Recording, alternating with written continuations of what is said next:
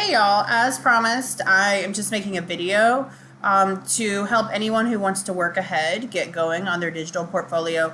We will cover this in class, but it won't be until we regroup on either November 17th or even the week following. So I know some of you want to go ahead and get moving on this and get going, and we will have a lull in class after this coming week. And then there'll be minimal assignments due until you have to do an informational interview by November 10th. You have to do 2 of those, and then your digital portfolio. So I thought I'd recap the portfolio like I promised y'all. Essentially, this is going to be a place for you to house all of your professional materials. And for those of you in marketing, it would really give you a chance and a place to showcase some of your marketing skills. But for all of you, it'd be great. You could include this as a link on your email signature. You could put it as a link on a business card. You could send it as a follow-up to an interview or before an interview. But just putting you out of your comfort zone a little bit and having you work with technology in a different way, just like I have to do for myself.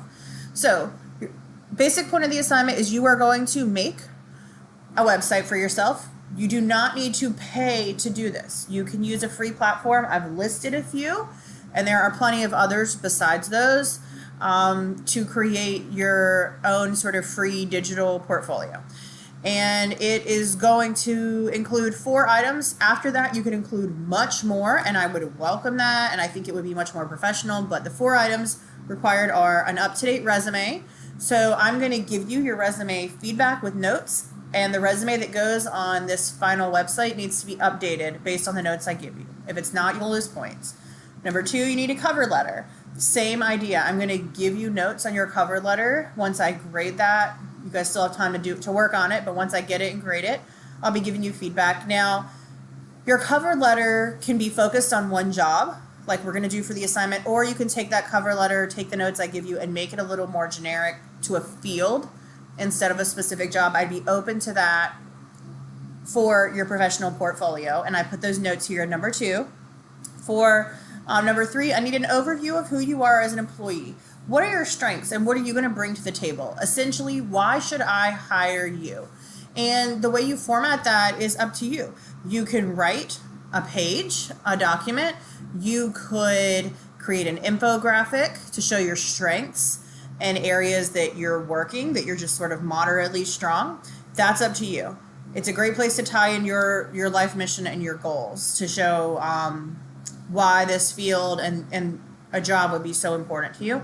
And then lastly, you need to have a page of references that includes your references. 2 of them have to be they have to be professional. And then it has to be something that they've written about you. Okay? So you're going to, if you pick your advisor to be your professional reference, they need to write a little something about you, and you include that with their name and contact information. And you got to do that twice.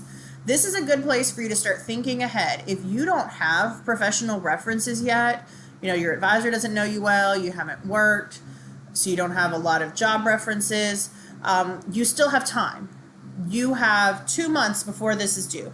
So you have time to start cultivating those relationships in order to get the references for your assignment. Getting references can take time, so you need to think ahead and go ahead and ask for those at least a couple weeks in advance.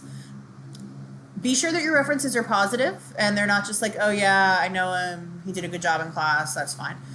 And they're not just neutral, basic references. You want people who can talk really nicely about your strengths.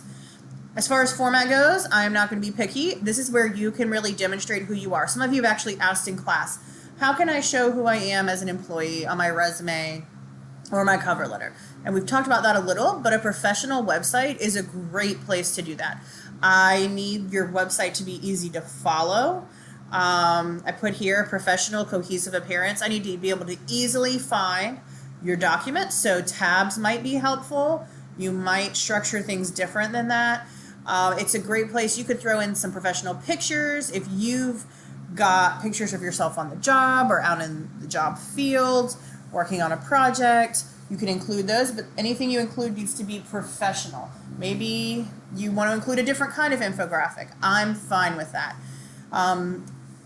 really show me who you are and be creative with this. It doesn't have to be stressful. And then here's the grade breakdown.